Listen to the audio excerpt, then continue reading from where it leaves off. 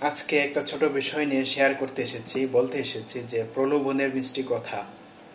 আমরা প্রিয় বন্ধুরা, বাইবেল আমাদেরকে এমন অনেক বাস্তবতা সতর্কতা দেয় যা আজকের তরুণ তো বিশেষ করে ইয়াংদের জন্য খুবই গুরুত্বপূর্ণ এবং প্রাসঙ্গিক।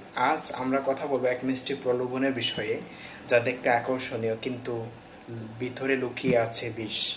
আমরা বাইবেল প্রথমে দেখব যে হিতোপদেশ 5 অধ্যায় 3-4 পদ। আমরা সেখানে দেখি যে কারণ ব্যভিচারিণীর ঠোঁট থেকে মধু ঝরে ও তার কথাবার্তা তেলের চেয়েও মসৃণ, কিন্তু শেষে দেখা যায় সে পিত্তের মতো তেতু, দুদিকে ধার বিশিষ্ট তলোয়ারের মতো ধারালো। এখানে অনেক সময় কেউ আমাদের সাথে এমনভাবে কথা বলে, এমন আচরণ করে যেটা খুবই মিষ্টি বা খুবই আকর্ষণীয় আমাদের মনে হয়। আমাদের মনে হতে পারবে বা আপনার মনে হতে পারে এই মানুষটার আমাকে সত্যি অনেক বোঝে, এই মানুষটার মতো সত্যি এই পৃথিবীতে আর কোনো মানুষ নেই, আমার আপনার এরকম মনে হতে পারে। কিন্তু আমাদেরকে বাইবেল বলছে সেই মধুর কথার পিছনে লুকিয়ে থাকতে পারে অনেক ধ্বংস। আপনার সেই মধুর কথার পিছনে লুকাতে পারে অনেক ধ্বংসের ফাঁদ ফাঁদতে পারে আপনার সাথে।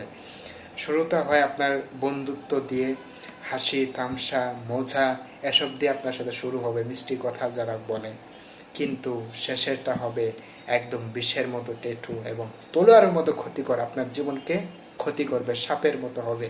সুতরাং সব মিষ্টি কথা বিশ্বাসযোগ্য নয়। অনেক ভালো ভালো মিষ্টি কথা বলবে, কিন্তু সেগুলো আমাদের জন্য বিশ্বাসযোগ্য নয়।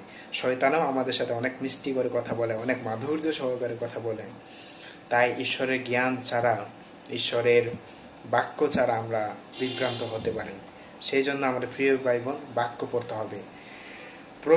প্রলোভনের পথে নয়, ঈশ্বরের পথে চলতে হবে আমাদের। যিশুর কাছে প্রার্থনা করো বা প্রার্থনা করতে হবে যেন আমরা জ্ঞান পেতে পারি, যেন কোন সম্পর্ক তোমার জন্য আশীর্বাদ, কোন সম্পর্ক আমার জন্য ফাঁদ বা ধ্বংস হতে পারে, সেটা যেন আমাদেরকে বোঝার জন্য ক্ষমতা দেয়। ঈশ্বর আমাদের সতর্ক করছেন, এখনই তার কণ্ঠ শুনে।